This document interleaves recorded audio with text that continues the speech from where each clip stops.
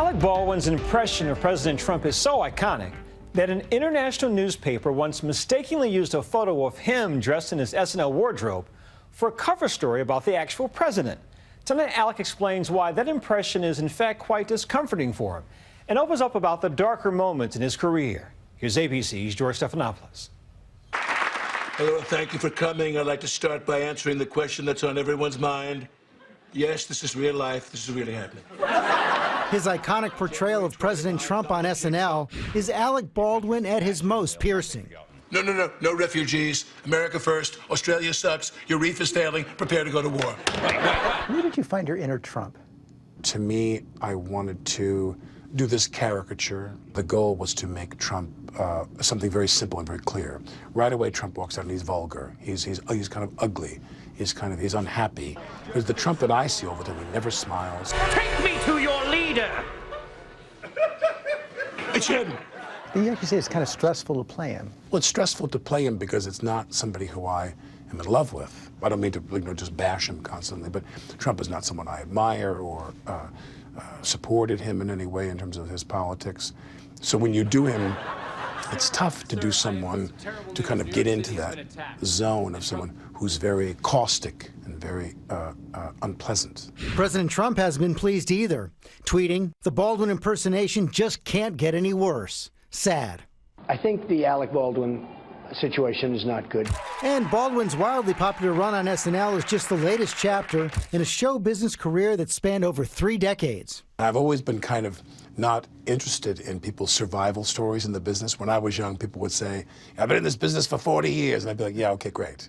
Good for you. Now 59, Baldwin's reflecting on life and work in his new memoir, Nevertheless. My sense from reading the book, and correct me if I'm wrong, is that in some ways you're an accidental actor. I think I am, and that's interesting you said that, because I think I am in terms of, I went into this business, and I remember saying to myself, to my dad especially, I said, I'll give this a year, and if I have some provocation, if I have some encouragement to go further, I'll keep going so long as I have some motivation to do so. Let's talk about something important. Motivation that propelled him in movies like Glengarry Glen Ross. Put that coffee down.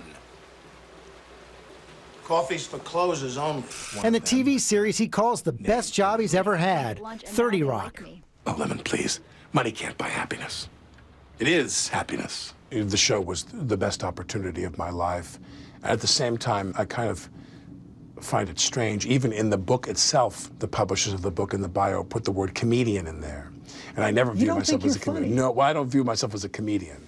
I mean, because what I did on 30 Rock, that's acting. People who are really funny, they write the material. You know, Tina's funny because she writes that. No, bad idea. There are no bad ideas, Lemon, only great ideas that go horribly wrong. I'm very grateful that whatever ability I had to read a line could coincide with and could intersect with her writing. Baldwin is blunt, candid, self-aware, reflecting back on his earliest years growing up in middle-class Long Island, New York. You go back to your childhood, right. Some vivid memories of your childhood, but also the pain you saw in your father's life. I just was obsessed with work and making money because of my dad. They wanted to be happy, and they were just crushed by debt and money, and that really drove me nuts. I remember, like, I would go my whole life going, I gotta make money, I gotta make money, I gotta make money. I don't want to be like my dad, don't want to be like my dad. Any money choices you regret?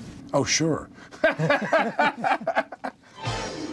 One of his first big roles in the 1980s was on the TV soap Knots Landing. Oh, his son. His son.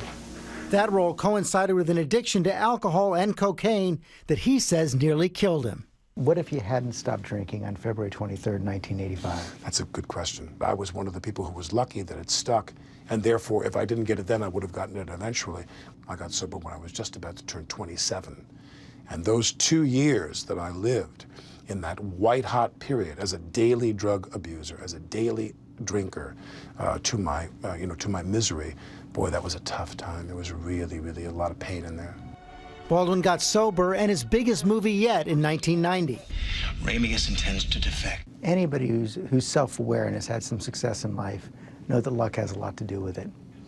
What was your break? When I went and did Hunt for Red October, I guess, to star in a big film, that changed everything for me. That was a big one. And you confront what happened after the hunt for Red October, when you didn't get Right. The sequel. It looks like I kind of jumped off a cliff. There you go, and here comes Harrison Ford. Yeah, right. That it was my own doing, which was, I wanted to explain that was nothing.